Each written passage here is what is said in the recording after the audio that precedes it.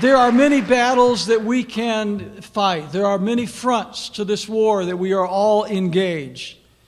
I personally believe, my dear fellow Americans here at the Constitution Party, that the great battle that is waging, the one that, dare I say, Satan is most concerned with, is the formation and the creation of what has been called first publicly by George Bush Sr. and has now been picked up by others, the New World Order.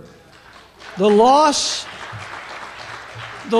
of our sovereignty, the loss of our national independence is the great battle that is waging in America today.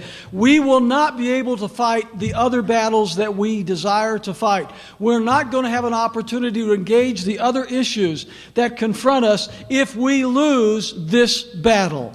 If we lose our freedom, our independence, our national sovereignty, all the other battles go down the tubes simultaneously. This is the battle right now in which we must fight. We have no choice. It is thrust upon us in the same way that it was thrust upon the founders of this country, in the same way that Patrick Henry got up and said that the soldiers already on the field of battle, we have no choice. We must rise to the defense of this battle. So too the Constitution Party has no choice.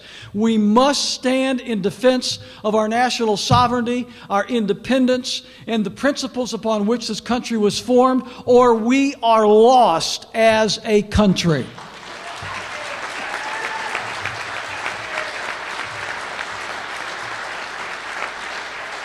The reason I was willing to stand with Congressman Ron Paul, because he, among all of the other candidates, in my view, saw the most clearly and the most succinctly this battle. He understood the dangers of the United Nations. He understands the dangers of foreign entanglement, as did George Washington.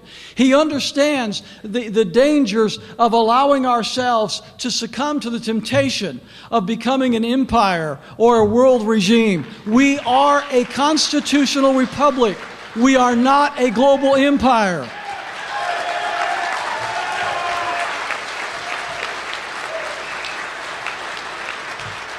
Every empire of history fell under the weight of trying to sustain that empire. Our founders understood that. That is why they drafted a constitution which, according to Jefferson, was to be used as chains not upon us as the people, but chains upon government to allow us to express the freedom and the liberty that God alone has given to us.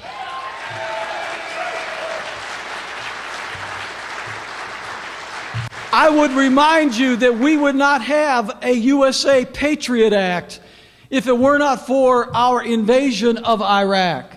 I would remind you that it was not Iranians or Iraqis that went into the Branch Davidian homes in Waco, Texas, and burned those old men, women, and children to death. It was our own government. We have far more to fear from Washington, D.C. than we do Baghdad or Tehran.